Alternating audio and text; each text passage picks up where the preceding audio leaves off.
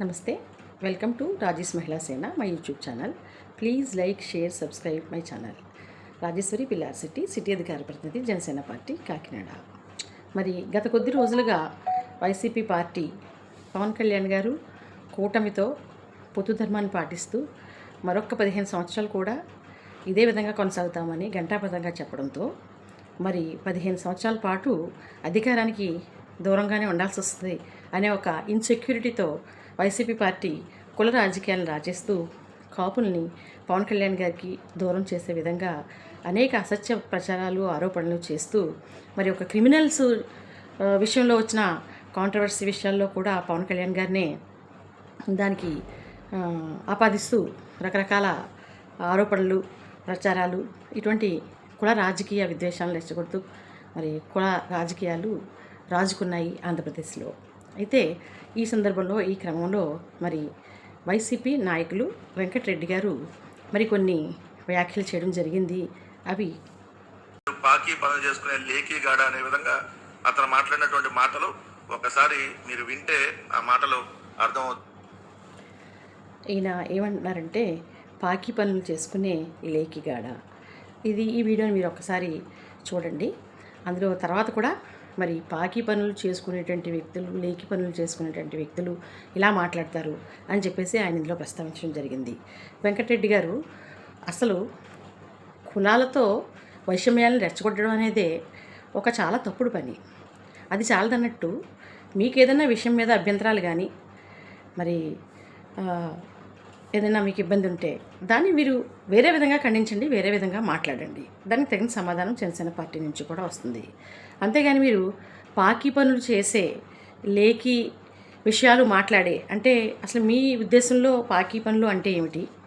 పాకి పనులు చేసే వ్యక్తులు ఎవరు? మరి పాకి పనులు చేసేవాళ్ళు లేఖిగా ఉంటారా?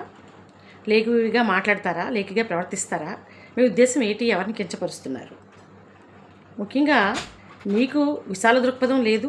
సమాజంలో అన్ని కులాల పట్ల, అన్ని వృత్తుల వారి పట్ల గౌరవం, మర్యాద, సభ్యత మీకే లేవు. మీరు ఏంటి ఒకరిని విమర్శించేది?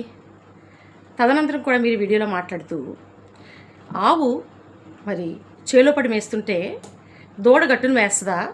వీళ్ళ నాయకుడు ఇదే విధంగా ఉంటాడు కాబట్టి అంటూ మీరు పవన్ కళ్యాణ్ గారికి మరి అవినీతిని, మాఫియా నుంచి వచ్చే ముడుపులు అందుతాయన్నట్లుగాను, ఇక్కడ మాఫియా యాక్టివిటీస్ జరుగుతున్నట్లు ఆ ముడుపులు అందుతాయన్నట్లుగాను మాట్లాడుతున్నారు. వెంకటరెడ్డి గారు ఖామోష్. మీరు ఎటువంటి విమర్శలన్నా చేసుకోవచ్చు. అది నిజంగా సమంజసమైనవా, నిజంగా జరుగుతున్నవా, అది ఇంగితం ఎరిగి మాట్లాడండి. నిప్పుకి చెదలంటుతాయా వెంకటరెడ్డి గారు? నిప్పుకి చెదలంటిన రోజు పవన్ కళ్యాణ్ గారిని, అవినీతిని జత చేసి మాట్లాడండి. నిప్పులు ఎప్పుడైతే చెదపడతాయో ఆ రోజునే మీరు అది చూసిన తర్వాత వచ్చి పవన్ కళ్యాణ్ గారి గురించి కూడా అవినీతి ఆరోపణలు చేసే సాహసం చేద్దురు. అర్థమైందా? నిప్పుకి నిప్పు, అగ్గి కణిక పవన్ కళ్యాణ్ అంటే. తన బిడ్డల భవిష్యత్తు కోసం, భవిష్యత్తు అంటే మీలాగా భవంతులు, ఆస్తులు, కోటాను కోట్లు, మిలియన్ కోట్లు విదేశాల్లో దాయడం కాదు. చదువు కోసం అట్టి పెట్టుకున్న ఫిక్స్డ్ డిపాజిట్లు కూడా తీసేసి ప్రజాసేవ ఖర్చు పెట్టిన మహానాయకుడు ఆయన మీరు అవినీతి అందించిన ప్రయత్నం చేస్తున్నారు. ఛీ! రాజకీయాలు చేయడం దిగజారుతనంగా చేయకండి. హుందాగా చేయగలిగితే చెయ్యండి, లేకపోతే ఇంటికి వెళ్ళి కూర్చోండి. పవన్ కళ్యాణ్ గారు లాంటి వ్యక్తి అవినీతి పరుడో కాదో సభ్య సమాజం గ్రహిస్తుంది, ఆంధ్ర సమాజం గ్రహిస్తుంది, మొత్తం భారతీయ సమాజం అంతా గ్రహిస్తుంది. ఈ వాక్యాలు ఉపసంహరించుకోండి పవన్ కళ్యాణ్ గారి మీద చేసినవి.